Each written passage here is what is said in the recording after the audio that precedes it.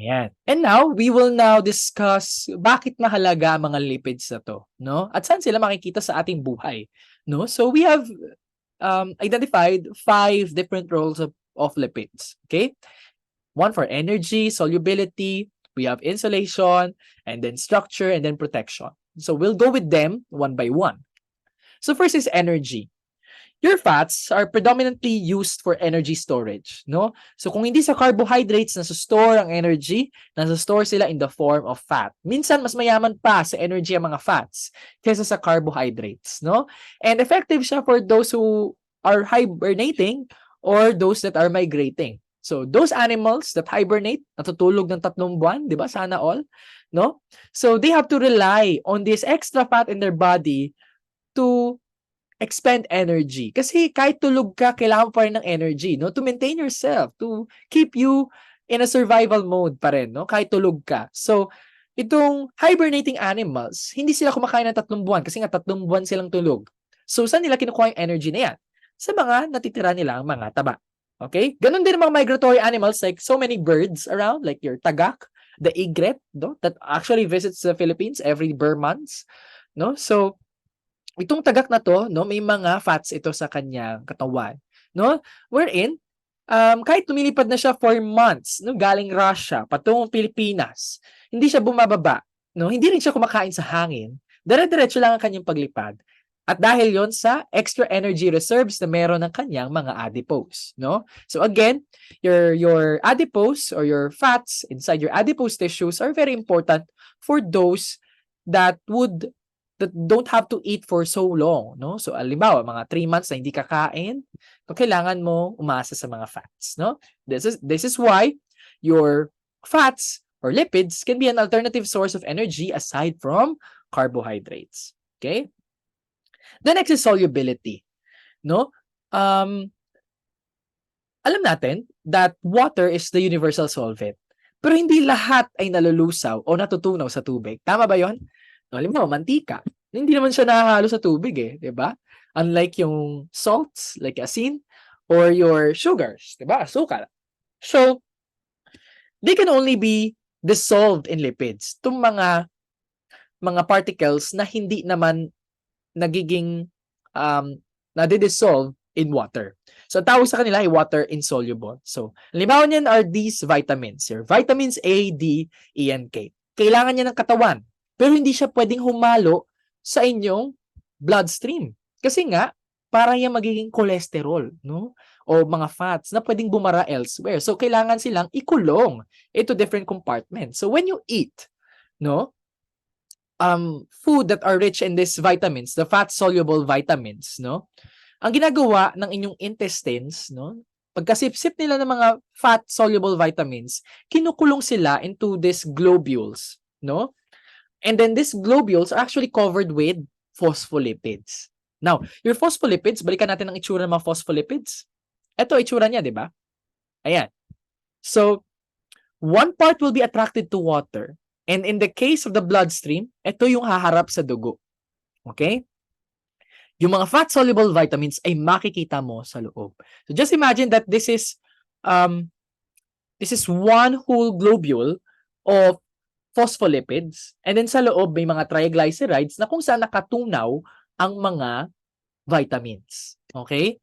Tapos saka siya sisipsipin later on ng inyong katawan. Again, not all can dissolve in water. That's why you can dissolve this water-insoluble particles inside fats, no, or oils. Okay? Again, in the case of the vitamins, they are transported in the body like that of fats. Okay? Kung paano pumapasok ang fat sa katawan, ganun din ang mga vitamins. Okay? The third importance of lipids would be about insulation. And fats may insulate the body to prevent further heat loss and to protect the organism from extreme cold. At saan ito makikita? No, sa mga blubber na mga seals or penguins, no? So, mga seals and penguins, makakapal ang kanilang mga balat. At ito ay dahil sa kanilang blubber. Okay? Para saan ang blubber? So, of course, no, these organisms will need heat to survive. Kahit tao, no, kailangan mo ng init to maintain yourselves. Kung malamig ka na, Iba na ibig sabihin nun, di ba? So, ganun din mga seals and penguins. So, they have to maintain themselves at a certain temperature. And to keep them warm, kahit napakalamig sa Antarctica o sa Arctic regions, kailangan nila ng blubber. Okay? That blubber will prevent that heat from coming out of their bodies, no? So, again, it's a effective tool for their insulation. Okay? Again, the third role is about insulation. And the fourth role of lipids would be about their structure. No? At nakikita natin yan sa ating mga cell membranes. No? Kung bakit siya nagiging selectively permeable membrane, hindi lahat ng mga bagay pwedeng lumabas o pwedeng pumasok sa cell ay dahil ito sa itsura ng ating phospholipid bilayer. No? This is found in cell membranes, but not just in them, but also in vesicles and other organelles of the eukaryotic organisms. No? Again, it's a semi-permeable membrane for the selective transport of materials to and from the cell. Okay? Yan.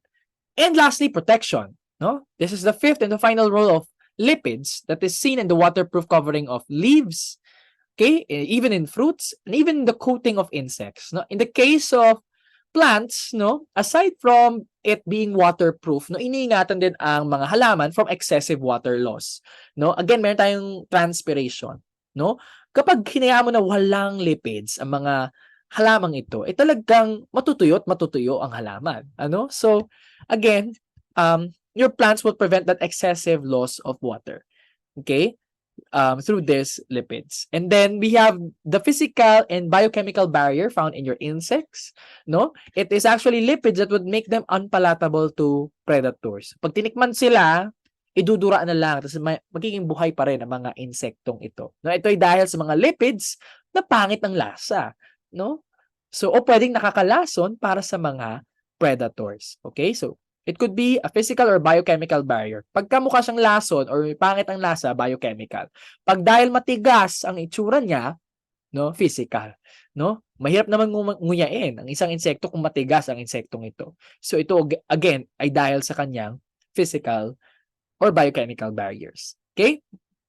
And that's it for our lecture on lipids, no? So I'll just leave it here for you to think about.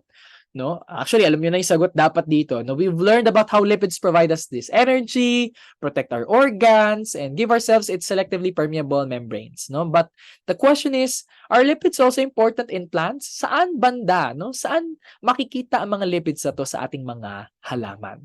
Okay? Ayan. That's it, no, for our second monthly test. Ito po ang ating coverage.